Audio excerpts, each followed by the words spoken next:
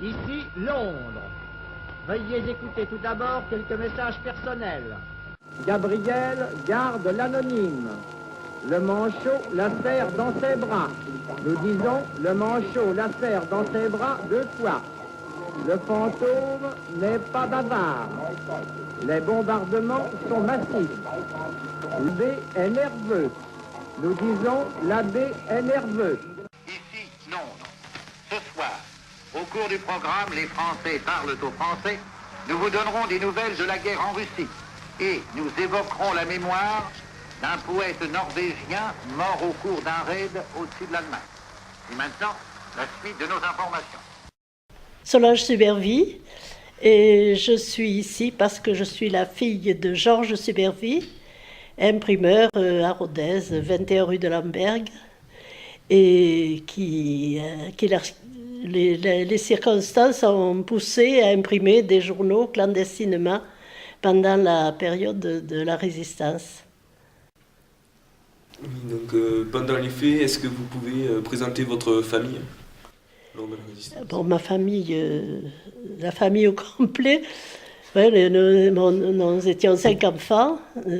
Mon frère, mes 2 frères ont travaillé avec mon père à l'imprimerie, et surtout le second, qui a, lui, s'était travaillé aux machines et qui a participé activement à l'impression des journaux clandestins pendant la guerre.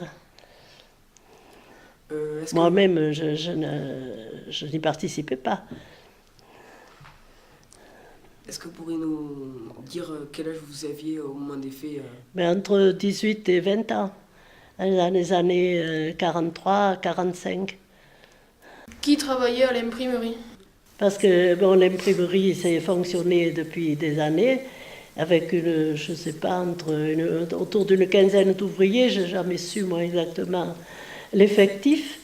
L'imprimerie marchait bien depuis sa création. Et alors clandestinement, c'était mon père qui avait pris la décision de faire ses journaux clandestins, parce que mon frère, travaillant dans l'imprimerie, faisait surtout travailler les machines à imprimer. Et puis pour faire la composition du journal, ils ont été obligés de mettre dans le secret 2 ouvriers, un qui travaillait une machine qu'on appelait une linotype, c'est-à-dire qui composait les textes, et son collègue qui, lui, les mettait en page pour qu'ils soient imprimés de manière à en faire des journaux. Quel était le nom des journaux produits par l'imprimerie? Eh bien, au départ, le premier s'est appelé Combat, mais par la suite, au fur et à mesure des journaux clandestins, ils en faisaient un peu partout en France, et malheureusement, quand les Allemands ou le gouvernement de Vichy découvrait ces travaux clandestins, évidemment, les directeurs d'imprimerie étaient arrêtés. Et les journaux étaient arrêtés eux aussi. Donc il est arrivé plusieurs fois, mais je n'ai pas les titres là exactement. Que plusieurs ont demandé à mon père d'en ajouter, puisque tant que lui n'était pas arrêté, puisque c'était la menace, on lui demandait d'imprimer d'autres journaux qui ne pouvaient plus se faire ailleurs, parce que les imprimeries avaient été fermées. Alors, je ne sais pas, ils sont arrivés à, je sais pas, 4 ou 5, je pense. Comment distribuaient-ils les journaux? Alors, les journaux, voilà, quand ils étaient imprimés, c'était le problème. C'était de les transporter, et c'était extrêmement délicat, évidemment, parce que c'était là qu'on pouvait se faire prendre. Et alors, les journaux, ils étaient tout simplement mis dans des valises, et des espèces de valises en contreplaqué, très peu solide. Je vous raconterai l'anecdote par la suite. Et ces journaux étaient sortis de l'imprimerie. Alors, chaque fois qu'une production sortait, il y avait un accompagnateur, c'est-à-dire qu'il y avait quelqu'un de la Résistance qui était chargé de suivre le transport des journaux. Alors, ils étaient ou directement descendus à la gare, à pied avec une petite charrette qu'on avait à l'imprimerie à bras. Ou alors il y avait un transporteur qui s'appelait Monsieur Cransac, qui était sur la place qui est maintenant la place Jeanne-Rinaldi, la place de la mairie. Et on allait les porter là s'il y avait personne pour les descendre à la gare. Et lui-même les transportait à la gare où ils étaient chargés dans des wagons. Mais il y avait tout le temps quelqu'un qui suivait l'envoi pour voir ce qui se passait. Et alors c'est comme ça, il y avait quelquefois des changements de train. Il fallait les descendre de wagon pour les remonter dans un autre qui partait dans une autre direction. Et il est arrivé une fois que le jeune homme qui surveillait ce transport échappe une valise. La valise tombe sur le quai et tous les journaux se répandent par terre et sous les yeux du chef de gare. Et le chef de gare se précipite, il aide le jeune homme à rentrer ses journaux comme il peut dans sa valise. Et puis il lui dit « Suivez-moi ». Et alors le jeune homme, à ce moment-là, il a dit « Ça y est, je suis fichu, j'ai été pris, qu'est-ce qui va m'arriver ?» Et finalement, le chef de gare le fait rentrer dans son bureau, et il ferme bien la porte, et puis il se met à l'injurier, en lui disant « Espèce d'imbécile, quand on transporte des choses comme ça, on attache sa valise comme il faut. » Et il lui a dit « Je vais t'aider à... ficeler ta valise ». Il lui a donné une corde, il lui a ficelé sa valise comme il faut, mais il lui a dit avant de fermer la valise, laisse-moi quelques exemplaires de tes journaux, certainement ça intéressera des gens autour de moi. Effectivement, ça me permet de dire que les cheminots à l'époque, beaucoup étaient dans la résistance et c'était pas eux qui risquaient de dénoncer les gens. Et voilà comment étaient transportés les journaux. Après, ils étaient livrés à des responsables de la résistance dans différentes villes et distribués, ça, bien entendu, clandestinement, pour que aucun de ces journaux n'apparaisse, quoi. Mais ça arrivait bien, je dis, c'est arrivé à d'autres imprimeurs qu'ils soient découverts et... À ce moment-là, il y en a qui ont été fusillés, il y en a qui en étaient... C'est pour dire que c'était extrêmement dangereux. La fabrication de journaux clandestins a duré combien de temps? La durée. Alors le travail, il fallait que ça soit fait dans la nuit, parce que il y a les deux ouvriers qui venaient le faire dans la nuit, en plus de mon frère qui faisait marcher la machine, le faisaient. Les autres ouvriers, oui, j'ai peut-être pas assez précisé, c'est que je vous ai dit qu'il y avait peut-être une quinzaine d'ouvriers, les autres n'ont jamais su ce qui s'était passé. Parce que les ouvriers qui étaient mis dans le secret, là, qui devaient y travailler, ils arrivaient à 8 heures, ils partaient après le travail comme avec les autres, mais ils revenaient, je ne sais pas, à 8 heures du soir par exemple, et ils faisaient ça pendant la nuit. Et dès que c'était tiré, c'était emporté, hein, c'était sorti de l'imprimerie. Et il restait là, comme il y avait le couvre-feu à Rodez, on n'avait pas le droit de se promener dans la nuit, sinon on risquait d'être arrêté par la Gestapo. Et donc il restait couché sur des rames de papier dans l'imprimerie jusqu'à 5 heures du matin. À 5 heures du matin, quand le jour se levait, que le couvre-feu était terminé, ils rentraient chez eux, juste le temps de se rafraîchir et de manger un peu. Et puis à 8h30, il fallait qu'ils soient de nouveau au travail avec les autres ouvriers parce qu'on se serait demandé pourquoi ils n'étaient pas là. Alors donc il fallait que le journal soit tiré dans la nuit. Sinon, c'était difficile après à cacher. On pouvait pas, il fallait qu'il reste rien. Ils jetaient toutes les épreuves, tout ce qui était quelquefois raté, qu'on froissait, vous savez. Tout disparaissait. Il fallait qu'il n'y ait rien quand les autres ouvriers arrivaient à l'imprimerie. Ce qui était quand même difficile aussi à vivre. Jusqu'à quand avait duré l'impression des journaux clandestins? Je pense que ça a duré jusqu'à la fin de la guerre. Ah oui. Tout le temps où justement mon père ne s'est pas fait prendre. Et ça, il n'y a pas de raison que ça s'arrête. Parce que ça a dû être justement les transmissions qu'il y a pu y avoir entre les groupes de résistants au moment où les Anglais sont arrivés à rentrer en France, ça devait avoir une grosse importance, hein, toutes les façons de communiquer à ce moment-là. Et je pense que ça a duré jusqu'au dernier moment. Et les tout premiers ont commencé en 40. Hein. Oui.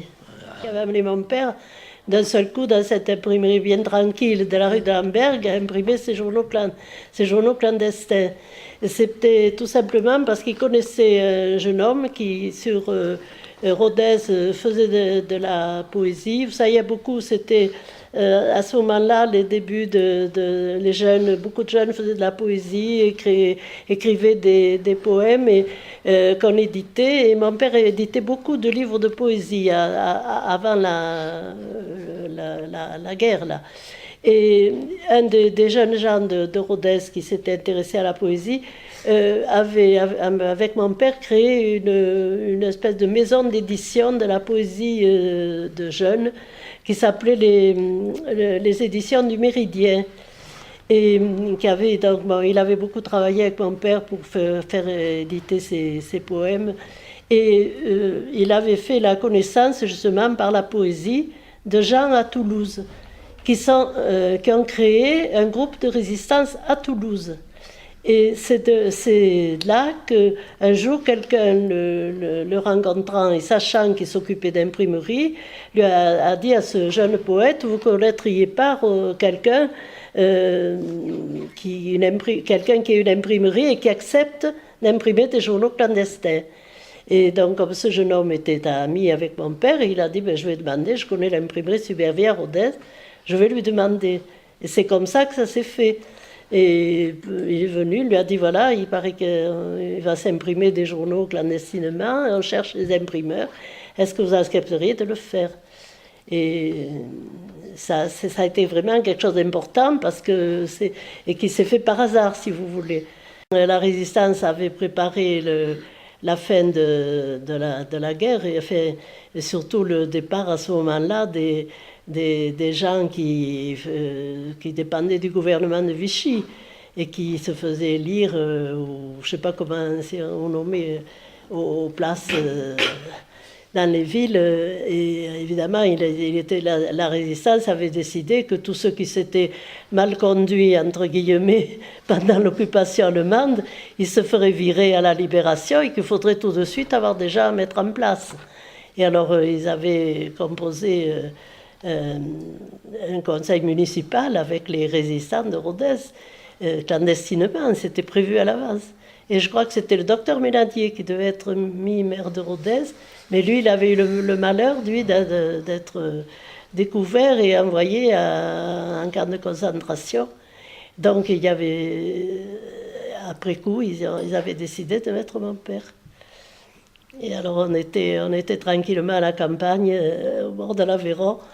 On ne se doutait pas que, d'ailleurs, ce jour-là, le Rodez allait se libérer des Allemands ce jour-là. Et tout à coup, on avait arrivé une voiture à fond la caisse dans une petite route de campagne avec des drapeaux tricolores partout. On se demandait ce qui se passait. C'était la FFI qui venait chercher mon père pour le ramener à Rodez parce qu'on attendait pour... Il avait un vieux chapeau de paille sur la tête et il était en train de travailler le jardin et on ne s'attendait pas du tout. Mais ça, c'était la résistance qui avait organisé ça avant. Évidemment, il fallait qu'au moment où les Allemands partiraient, tous ceux qui avaient fricoté, entre guillemets, avec les Allemands, on les vire et qu'on mette à la place, évidemment, ceux qui avaient résisté. Voilà, c'est comme ça. Alors, je m'appelle Roger Poux. Je suis cheminot retraité. J'ai été résistant, mais je n'ai jamais été au maquis. Parce que, pourquoi? Pour la bonne raison qu'à la SNCF, nous avions une carte d'identité pour la circulation dans les trains. Et au dos de la carte d'identité, nous avions une vignette qui était apposée. Et avec un aigle, la couronne de laurier, la croix gammée et Bahnhofsweiss dessous, pour employer des chemins de fer. Et c'était un laissez-passer permanent. C'est-à-dire que si on me trouvait sur les voies ou autre, on montrait discrètement, avec discrétion. On ne sortait pas le portefeuille comme ça. On sortait le portefeuille du bout des doigts, hein, parce que là, quand vous étiez arrêté comme ça, sur les chantiers ou autres, ils vous arrêtaient, mais en même temps, il y avait le canon de leur mousqueton ou autre qui était planté en face à votre poitrine. Alors, il ne fallait pas faire de gestes inutiles. Voilà. Et ça fait que je ne suis jamais allé au maquis, même que par esprit jeune, je crois que c'était ça, en plus de l'esprit patriotique qui était, du moment qu'on était à la résistance, c'était cela qui nous guidait. Mais ils n'ont jamais voulu, ils ont considéré que la réponse du responsable au groupe où j'appartenais m'a dit: on a assez de bouches à nourrir dans le maquis, on n'a pas besoin de toi pour ça. Et là, tu nous es davantage de service justement pour la communication, et puisque c'est le thème du concours de la résistance cette année-là. Où travaillez-vous et à quoi consistait votre travail? J'étais employé au chemin de fer, à la réparation du matériel roulant et à l'entretien rainal à Toulouse. Quelles étaient vos actions clandestines? Oh là, c'était extrêmement varié. C'était extrêmement varié et extrêmement pas suivi forcément pour nous, les exécutants, parce que vu l'âge que j'avais à ce moment-là, je n'étais qu'un exécutant. Hein. J'avais pris l'habitude de dire que j'étais en deuxième classe, voilà. Hein. Bon, mais oui, les activités, elles allaient, quand ils avaient besoin de mes services pour un coup de main de sabotage, on me demandait d'y aller. Quand il fallait porter des tracts, ça ne m'est pas arrivé souvent, les tracts. Je crois qu'en tout, une dizaine de fois, j'ai porté des tracts durant la période là. Je n'ai pas eu énormément. Et puis, après, les actions ponctuelles. Qui vous donnait les tracts à distribuer? Toujours le même. Hein. C'était mon chef de groupe. Après, je ne savais pas qui les faisait, je ne savais pas qui les avait amenés, je ne savais pas ce qu'il y avait dessus, mais je savais où il fallait les amener et qu'est-ce qu'il fallait en faire. C'est tout. Et ça paraît. Il fallait cloisonner, c'était cloisonné. Si le transporteur ne sait rien, il ne peut pas parler. Voilà. Même qu'il soit. Parce que là, quand vous étiez questionné, ça allait jusqu'à la torture, là. Hein. C'est ça. Et quand on était pris en flagrant délit, comme ça allait jusqu'à la torture. Alors, si vous en savez trop, et vous mettez la vie en danger de tous les autres qui sont en haut de la chaîne, si on peut dire. Et puis après, et par voie de conséquence, même ceux qui sont en dessous après. Où dissimulez-vous les tracts lors du transport? Et le chef d'établissement avait prévu de nous faire des valises en bois, avec les faces en contreplaqué, l'ossature avec le cadre avec le bois plein, là, hein. Et avec ça, ça nous servait de porter nos affaires pour la semaine, parce que chacun de tous ceux qui étaient là, de toutes ces recrues SNCF là, et tous les samedis, ça repartait chez soi ou autre, et à maman, on amenait le linge sale, on reprenait le propre par le même véhicule qui était cette fameuse valise. Et alors là, ils nous mettaient, on mettait un paquet de tracts comme ça, hein. C'est pas terrible, ça ne vous empêche pas d'emporter vos chaussettes, votre chemise et là, le reste. Et voilà. Un transport spécial. C'était... Mais pas un transport spécial, c'était... Non. À qui transmettiez-vous les tracts? Il m'est arrivé d'avoir à les distribuer. Alors là, ça demande à être un peu chauve-souris, hein, qui sort que la nuit. Et puis, on ne cherchait pas à les donner à quelqu'un, à la main à quelqu'un, parce qu'à ce moment-là, on voit qui vous donne le tract, et on ne sait pas toujours à qui on le donne. Oui. Et alors, on les mettait un peu dans les boîtes aux lettres, comme ça, ou on les ventilait comme on pouvait sur les chantiers. Et il est arrivé, moi je ne l'ai jamais fait, mais vous avez une photo, elle est classique, elle est historique dans ce journal-là, elle est classique. Et on vous fait voir que pour communiquer avec la population, les résistants montaient, par exemple, dans les rues où vous avez des maisons à 5, 6, 7 étages, ils montaient au maximum dans l'étage en attachant les jambes à leur cou pour redescendre, pour aller vite, pour ne plus se trouver dans l'immeuble. Mais quand ils étaient là-haut, ils balançaient le paquet de trac qui descendait comme si on les avait parachutés. Et la population n'avait plus qu'à les ramasser si la police n'était pas là. Parce qu'après, si la police est là, il valait mieux pas en ramasser. Quelles informations contenaient les tracts? Ça dépendait des moments. Par exemple, c'était toujours des encouragements à la résistance, des dénonciations des méfaits de l'occupant. Et aussi, ils avaient rapport avec la situation militaire, au point de vue, non pas pour donner des précisions, parce que c'était fort difficile, mais enfin on savait très bien quand il y a eu la bataille de Stalingrad en URSS, où les Allemands, ou même et les Soviétiques ont laissé énormément de millions de morts, là, et ça a été un combat affreux, et ça a été d'ailleurs la clé de la débâcle, si pas de la débâcle, ce serait mentir, mais de la retraite des troupes nazies.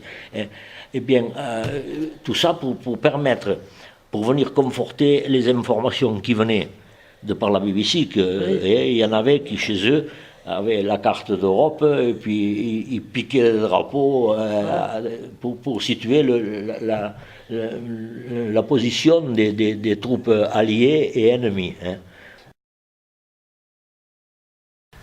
Étiez-vous contrôlé?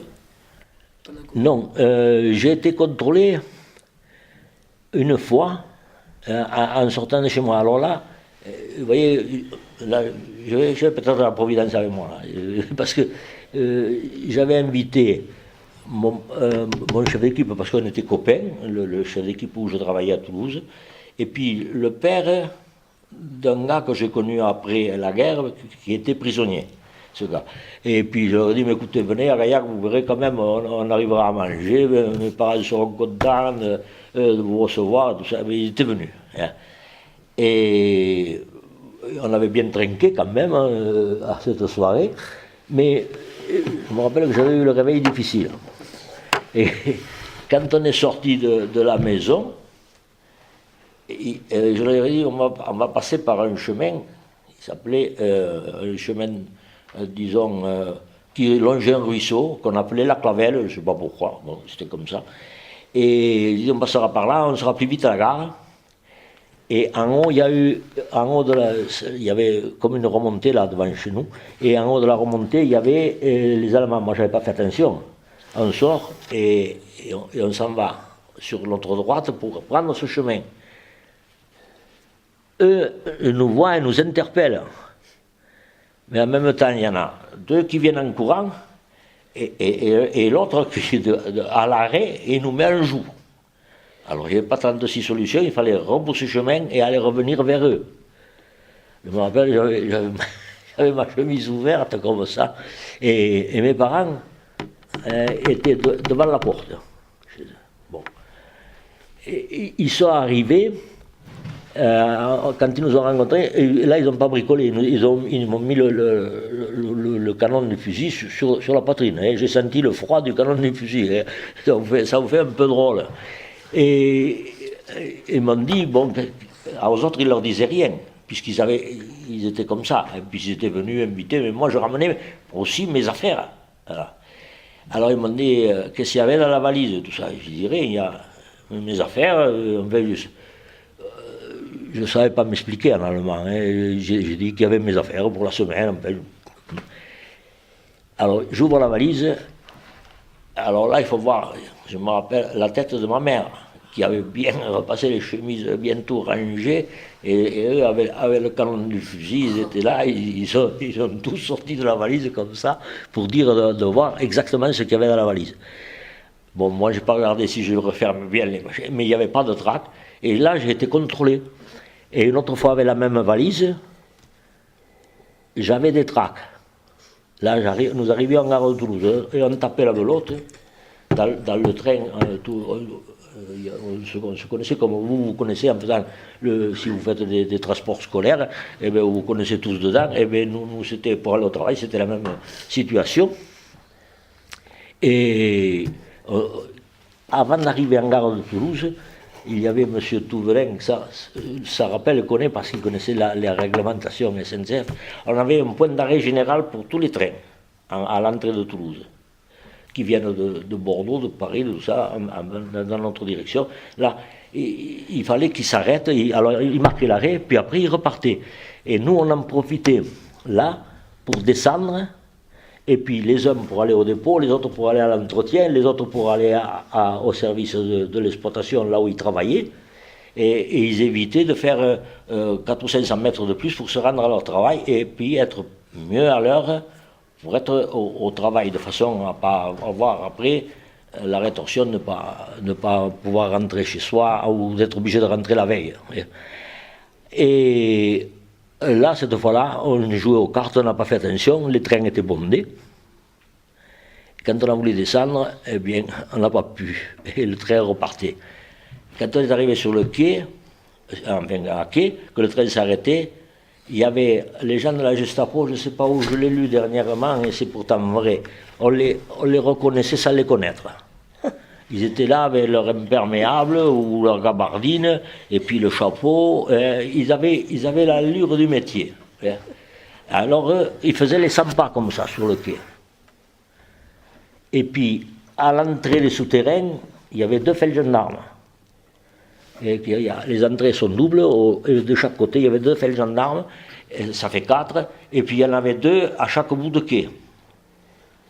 Alors les copains me disent, écoute, on s'en va, hein, on n'en a rien à fiche, et on arrivera demi-heure plus tard, et ça nous promènera. Hein, et on va passer par la sortie normale. J'ai dit non, vous ne pouvez pas déconner, vous n'êtes pas crevés, vous autres, mais moi je suis crevé, moi, et on va passer par là. Parce que je savais ce qui allait se passer à la sortie, il allait y avoir le contrôle des bagages. Et là, j'avais des tracs. Alors on est allé carrément vers les gendarmes à bout du quai, et là ils nous ont demandé les papiers. Alors, discrètement, on a bien fait voir nos papiers, et peut-être que c'était c'était des gendarmes, mais c'était peut-être quand même des braves bonhommes, hein, c'était pas forcément des super nazis. Et il me dit, qu'est-ce qu'on avait dans les valises je dis, mais j'en fais signer les vêtements, et pour la semaine, bon, je ne sais pas s'ils m'ont bien compris ou pas, ils m'ont fait...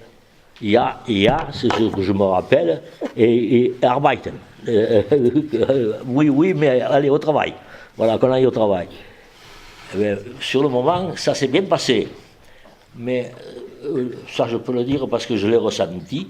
50 mètres ou 80 mètres après, eh bien, j'avais les sueurs. Hein, parce que si on m'avait fait ouvrir la valise, c'était pas au travail que j'allais. Voilà. Et après, c'est le seul contrôle que j'ai dit. Et si on a un contrôle qui comporte des tracs, on est flambé. Ah oui, c'est sûr. C'était même pour ceux qui c'est pour ça que les copains, ils n'en avaient pas. Alors ils se sont dit, ils nous feront voir les valises comme ils voudront, on s'en fout, mais et on fait le grand tour. Et moi j'y tenais pas, parce que j'ai dit, le grand tour, il y a les hommes au chapeau qui seront là-bas. Hein. Voilà.